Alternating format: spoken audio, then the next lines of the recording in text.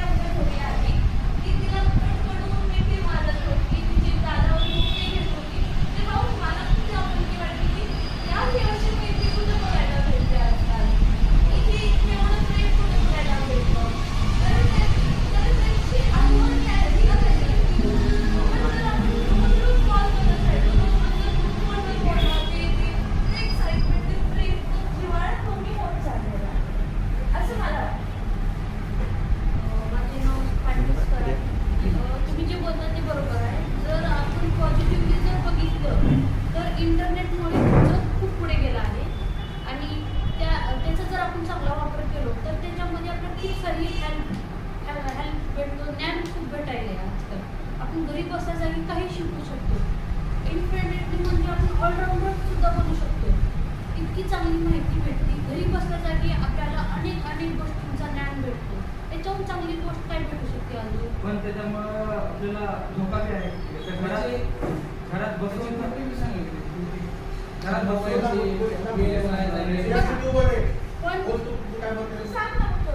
पाठाच्या आधारे बोला. नीरजा काय म्हणते त्या लेखामध्ये, त्याच्या आधारे हे करा. हां, निर्जा म्हणजे घरातल्या घरात आता मुलगा वडिलाला बोलत नाही मोबाईलमुळे. सगळे एकामेकात गुंतलेले आहेत.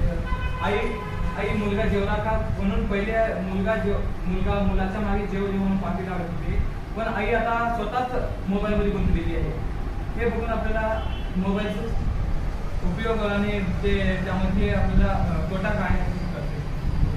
पण सगळे आई-वडील तसं नाही करत ना. कोणते करतात? सगळेच नाही करत ना. आपण सगळ्या आईला नाही देऊ शकत ना. सगळ्यात धरत नाही. मी ज्याकडे मोबाईल आहे आणि मोबाईलच्या तोट्यामध्ये मी बोलतोय. निर्जा जे सांगत आहे मी त्याबद्दल सांगत आहे. पण आजकाल कसं झालंय, म्हणजे आता मोबाईल आले, इंटरनेट आले, घरी मोबाईल आले, सगळेजण जास्त त्यांच्याकडे स्वतःचे मोबाईल झाले, पर्सनल फोन आहे सगळ्यांकडे. सगळेजण मोबाईलमध्ये गुंतून बसतात. एकमेकांना बोलणार नाही, एकमेकांसोबत बातचीत करणार नाही, बोलणार नाही, घरी कोण आलं गेलं असं काहीच नाही. सगळेजण त्यांच्या मोबाईलमध्ये. जर काही करायचं बी असतं, बोलायचं बी असलं तर मोबाईलवर. समोरासमोर असून सुद्धा आपण लक्ष देत नाही एकमेकांकडे. सारखं मोबाईलवरच लक्ष देत राहतो. आता इंटरनेट एक खरी वेळ चांगलं पण आहे आणि तेवढं वाईट पण आहे आपल्यासाठी. चांगलं म्हणजे आपल्या महत्त्वाच्या कामासाठी ठीक आहे, चांगलं आहे. दुसऱ्या कामासाठी नाही म्हणणार तो. पण त्याच्यामुळं हिंसक प्रति माणसामध्ये विसरण्याची वृत्ती जागृत आहे. हां, जास्त व्हायले. आळसपणा वाढत चाललेला. आळसपणा वाढतोय. आळसपणा. आणि माणसं विसरायला लागतात गेलेले ना. आणि ज्यामुळे वादविवाद जास्त होत आहे. त्यामध्ये वादविवाद पण जास्त होत आहे. मुलगा एका पक्षाचा तर वडील एका पक्षाचे, हां. बहीण एका पक्षाची असं झालं. एकमेकांबद्दल असलेलं प्रेम, मर्यादा हे काहीच नाही आहे. आता सगळं वेगळं झालं. आणि इंटरनेटवर कुठली गोष्ट व्हायरल झाली, कुठली गोष्ट कुठल्या पक्षाचं काही हे असतं, जर तू या पक्षाचा आहेस तर तू माझ्याशी वेळ धरायला लागतास. हो. तू माझ्यासोबत भांडायला लागतास की तू या पक्षाला सपोर्ट का करतेस, असंच का, माझं तेच खरं. पण आपल्यात वाद निर्माण होतात. त्या आपल्यात वाद निर्माण होतात. आणि ते कमेंट्सच्या नावाखाली जे गाली गलौज आहेत, शिव्याघात केलं जातं, ते घाणघाण कमेंट्स पास केले जातात कुठल्याही गोष्टीला असो, ते चुकीचं आहे असं मला वाटतं. आणि हे जे आणि काही फायदेही आहेत, जो आपल्याला शिकायला भेटते, बरंच काही घर बसल्या शिकायला भेटते, ही खूप चांगली गोष्ट आहे. पण जी वृत्ती होती की आपण बाहेर जावं, एक्सप्लोर करावं, सगळीकडे ग्रंथालयात जाऊन ती पुस्तकं छाटणं, ती पुस्तकात छाटून ती माहिती मिळवणं, ती मेहनत करणं होतं, ते कमी होत चाललंय. आता सगळे आळशी होत चाललेत. एक क्लिक केलं की पूर्ण इन्फॉर्मेशन भेटते.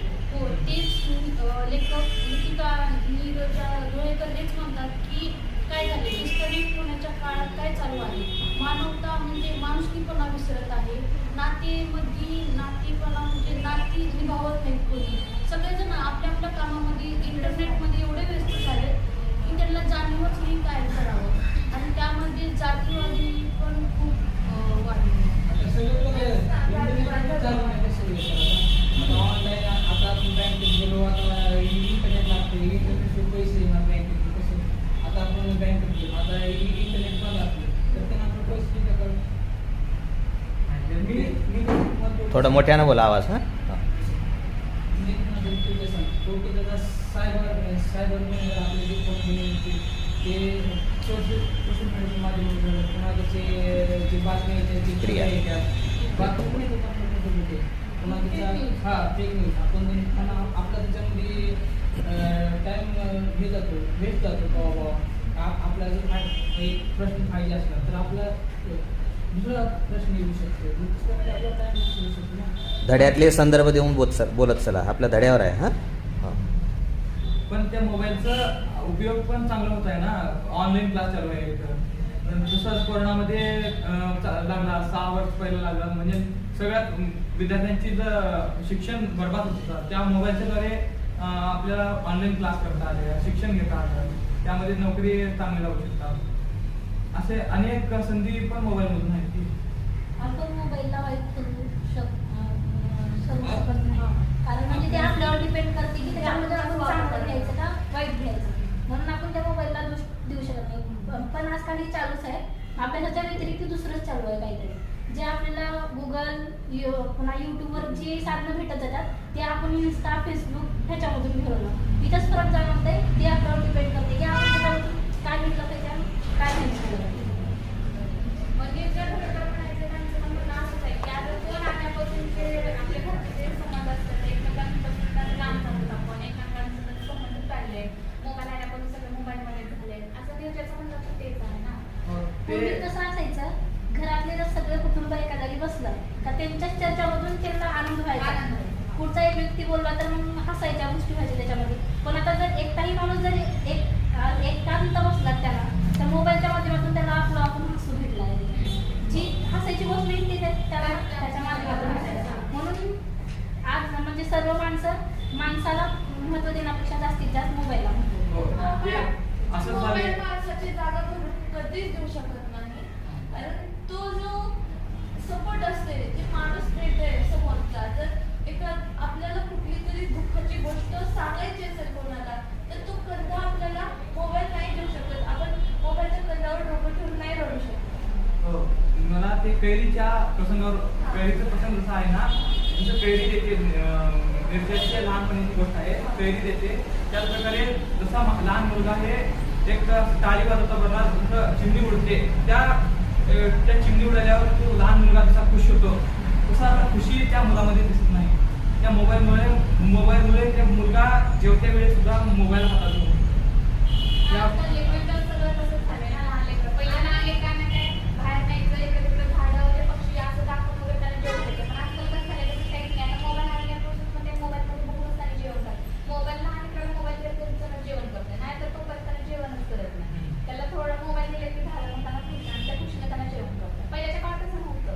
मोबाईल होतं त्यानंतर लेकरांना बाहेर नेणं इकडे तिकडे दाखवणं असं हा थोडं त्याचा जेव घालायचं. पण आजकाल तसं काही नाही. लहान लेकरापासून त्या मोठ्यापर्यंत आजकाल फोनमध्ये घेते सगळं. बाहेरचं काय वातावरण त्याला हेच माहिती नाही. आणि त्या सगळ्या गोष्टीचा प्रभाव त्या लेकराच्या त्या मुलाच्या मानसिकतेवर त्या शरीरावर त्याच्या भविष्यावर पडतो. म्हणून तो मुलगा हळूहळू शारीरिकरित्या कमकुवत होत जातो. कारण जर कोणीही असो हालचाल केल्याशिवाय शरीर चांगलं राहत नाही. एक तास तरी आपल्या शरीराला फ्रेश ठेवण्यासाठी खेळणं असो व्यायाम असो काहीतरी करावं लागतं. पण आजकाल मुलं फक्त फोन अभ्यास एवढ्यातच गुंतलेले आहेत. खेळणं तर ते विसरूनच गेले. आधीच्या काळात कसं सगळे एकत्र मिळून खेळायचो बागडायचो. त्याच्यानं आपले शारीरिक व्यायाम पण व्हायचं आणि आपलं शरीर चांगलं पण व्हायचं. असं जर चालत राहिलं तर माणसाचं आयुष्य 50 वर्षापेक्षा जास्त नाही चालू शकत. पण त्याच्यामुळं आता नवीन शोध लागत आहे. अनेक आता चंद्रयान गेले, चंद्रयान 2-3 गेले. मोबाईलचा शोध लागण्याच्या पहिले चंद्रयान जात होते. आता त्या मोबाईलच्या द्वारे अनेक विद्यार्थ्यांना त्याच्यामध्ये जॉब मिळतात.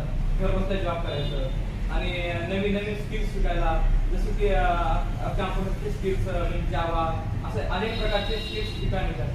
ते मोबाईलचा फायदा झाला ना.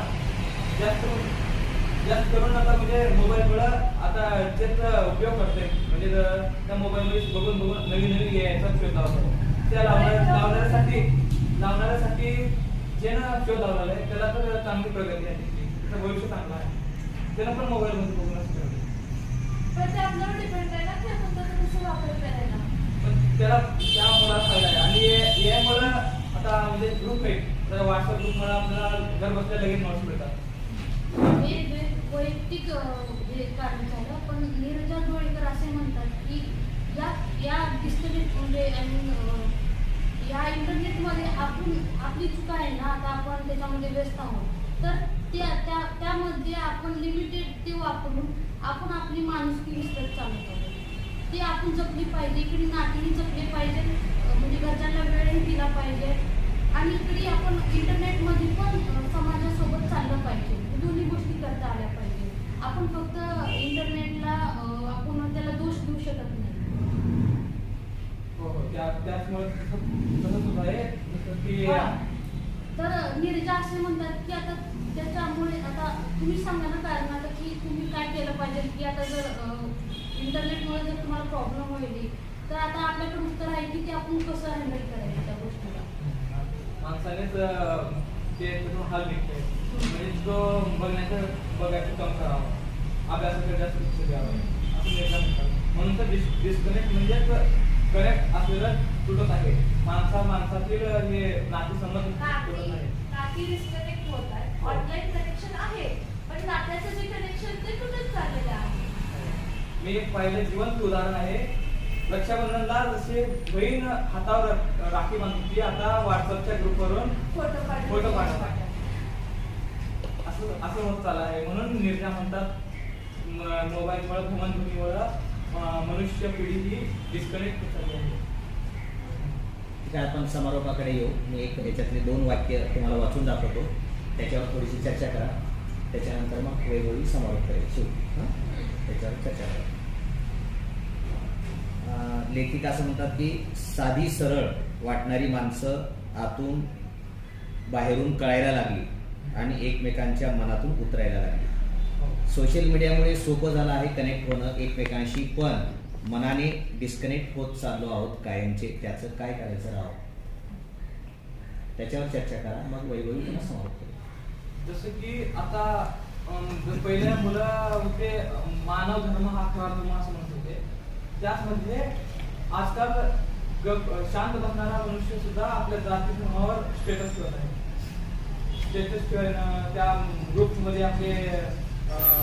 आपल्या देवांचे फोटो पाठवणं त्यामुळं त्याचे गुन्हा कळत आहेत म्हणजे कोणत्या पक्षाचा आहे त्यावर स्टेटस ठेवणं समोरच्याला उकसवण्यासाठी मुद्दामून काही गोष्टी केल्या जातात जसं कमेंट्स करणं असो एक शांत दिसणारा थोडा वाढताना माणूस पण असे कमेंट्स करतो की ते समोरच्या माणसाच्या मनाला लागतात आणि ते कमेंट्स आणि काय होत चाललंय जसं आपण सगळं हे करत चाललंय की जसं आपलं म्हणजे भावनिक दृष्ट्या असो माणुसकी संपत चालली अक्षरशः संपत चालली आहे म्हणे मला असं वाटतं. आता आपल्याला याचं कारणही माहिती आहे आणि कधी माहिती आहे आता आपण सगळ्यांना दोष देऊ शकत नाही मग याची सुरुवात आपण आपल्यापासूनच करायला पाहिजे म्हणजे समाजात विश्वास ठेवणे घात न करणे किंवा प्रामाणिकपणाने वागणे हे आपल्या हातात आणि आपण सुरुवात केली पाहिजे कारण की स्वतःपासून जर केलो तरच ते सगळीकडे आपल्यापासून आपल्या घरापासून आपल्या गावापासून आपल्या शहरापासून हे आपण सुरुवात केली जे डिस्कनेक्शन होत आहे ना ते थांबण्यासाठी आपण प्रयत्न केला पाहिजे आणि या धड्यातून आपल्याला एवढंच बोध मिळतं की आपण जे माणसात आपलं जे माणूस चाललंय म्हणजे माणसाचं माणूस पण हरवत चाललंय आणि इंटरनेट येत चाललंय तर ते कमी केलं पाहिजे आपल्याला इंटरनेटला आपल्यावर हवी होतायचं नाही आहे आपल्याला इंटरनेटवर हवी व्हायचं आजकाल असं होत चाललंय की तो AI मोबाईल इंटरनेट आपला वापर करून घेतोय ते आपल्या वापरासाठी येतं आपण त्याचा वापर आपण म्हणजे तो आपला वापर करून घेतो आपल्याला माणुसकीला महत्त्व द्यायला पाहिजे आपल्या मनावर आपल्या डोक्यावर ताबा ठेवणं आपल्या हातात आहे आणि सगळ्यांनी हे केलं पाहिजे मी जेव्हा वाचत होतो तेव्हा विचार केला आपल्याला प्रथम वर्षाला का ठेवलं असं हे आता 10वीला 12वीला का ठेवलं असं हेच आपलं सुधारण्याचं वय आहे म्हणून या वयात आम्ही सतत विविध गोष्टी काम करायला सुरुवात करतो त्यामुळं हे पाठ करण्यात आलेलं आहे स्वराली आभार माना सगळ्यांचा गटचर्चेत सहभागी झाल्याबद्दल सगळ्यांचे या गटचर्चेत सगळ्यांनी सहभाग नोंदवला म्हणून सगळ्यांचे आभार